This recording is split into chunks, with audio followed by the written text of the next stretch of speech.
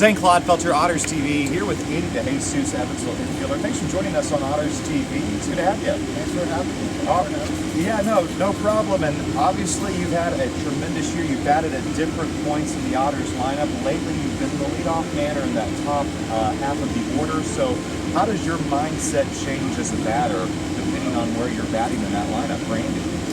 Well, for me it doesn't really matter because I talk to the guys because it's like at this point of the season, I can hit first, I can hit last, and I feel like everybody's gonna pitch me the same. So that has been my approach every time I get to play. If I'm on the lineup, I'm happy obviously, and wherever I'm at, I know that my approach is not gonna change because of a number or a spot in the lineup. Right. And you're someone who had a really fast start for Evansville in 2021, which is quite impressive considering 2020 and how it impacted baseball. So how did you stay in game shape? That way there wasn't a long layoff there and hangover as you started 2021. Yeah, well, as soon as Andy told us that we were going to have, there was a high percentage that the season was going to happen, I really did, started my workouts and all that, just, focusing on day one. Day one, I need to be at my best, and from there, everything will take care of itself. So I just put in the work, and obviously I still do put in the work to complete the season in a high note. So you played collegiately at Indiana State University, Terre Haute. A lot of Otters fans are serving more products. The Missouri Valley Conference traditionally is one of the stronger conferences in college baseball, regularly sending a couple of teams to the tournament each year. Indiana State's been one of those teams the last handful of years. What did you learn about yourself playing baseball in the Valley that you still use today? It's a grind, since it's a Midwest kind of conference, we don't get the attention that other conferences do. But it's hard baseball every time, from the very first pitch to the very last pitch. You're gonna see the 100% of every single player in the whole conference. Doesn't matter if you're in the last place or in the first place. It's always gonna be a competition. And we Indiana State is known as for hard-nosed players. Right. So it's something that it's a character builder for me.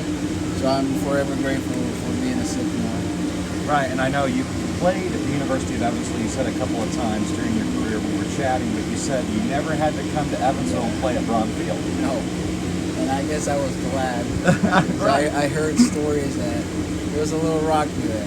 So then how ironic was it for you then, earlier this season at Braun Stadium, German American Bank Field, on the campus of UE, the Otters, because of the scheduling quirk, had to play a game at the home of the Purple Laces? I was glad it was turf. It was all turf, so it was a very nice setup, by the way. So I'm glad to see that Evansville has a new field, and I was happy to play at that.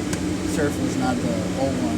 Right, yeah. So in terms of that question, I know a lot of Frontier League stadiums have now the field turf, kind of what German American Bank Field and Braun Stadium has. Bossy Field is still all natural. 1915 is kind of hard to get away from that. As an infielder trying to play defense and sometimes catch some of those scorched line balls, what's easier, field turf or natural grass for you? Difficulty, it will be obviously the turf field will be easier, but for my likes, I like natural because I like to get dirty. Right. Whenever you're turf, you don't see the dirt stain or anything. It's boring. Right. So I really like to get dirty every time I play. The Otters are in a crucial stretch. We're on a push for the postseason. This is a team when there has been Frontier League baseball since 2015. They've been routinely in the playoff conversation. Right now, really a battle between the Evansville Otters and the Florence Yalls. You guys don't play anymore in the regular season, which I think is an odd scheduling work. But how much now at this point in the year are you scoreboard watching, knowing that they can still gain ground on you? Well, that's one of the things for my perspective is I don't pay attention to it. It's just more for, trying to stay focused on what we can do today to win, and then the rest will take care of itself. So I don't want our focus to shift because they're winning, we're losing, and then we put in a pressure that is not supposed to be added on us. Baseball is hard enough, so we just need to go out there and try to get that W every day. Right. Before coming to Evansville, I know you played in Gary for a little bit, way up on the other side of Indiana, but still in the Central Time Zone. One of the couple of places in Indiana that you can live on the Central Time Zone is Evansville, Indiana, and Gary, Indiana. Had you heard of Boston Field in Evansville before, prior to your arrival? Yeah, I mean, I did watch that movie. Okay, so, The League of Their Own, so he knows. Yeah, I know. So I never like pictured it to be like this. Actually, like it's well taken care of. You know, to be one of the oldest stadiums, and you know, still look at it, and it's still very, it's in great shape back there. So I did hear of it, and yeah, I'm very happy to be here. But I guess it's not as humid in Gary, Indiana as it is here, right? We got lucky up there. You know, you got the wind from Chicago and yeah, the lake. So yeah, you're right on the Great Lake. The lakes here. There isn't, but there's a river. Yeah.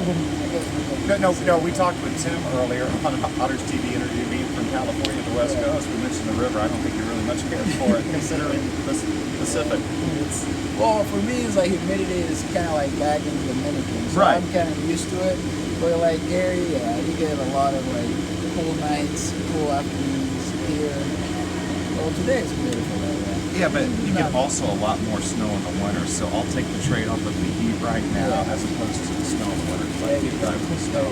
One final thing, the Otters will have an interesting schedule to end the season. They're going to have a 9-game road swing and then come back for the final 6. And judging how the season has gone in the West Division with the Lawrence, how are you guys going to keep focus, and how do you keep this momentum going with that longest road trip of the year? Like I said, we're a team that doesn't panic, and we're just gonna take care of business one day at a time. So today the focus is getting the Lake Crushers. Tomorrow's an off day, so we're back to the office, try to do the same thing, taking care of it one day at a time. He's Andy DeJesus, infielder for the Evansville Otters. I'm Zane Clodfelter. This has been OttersTV.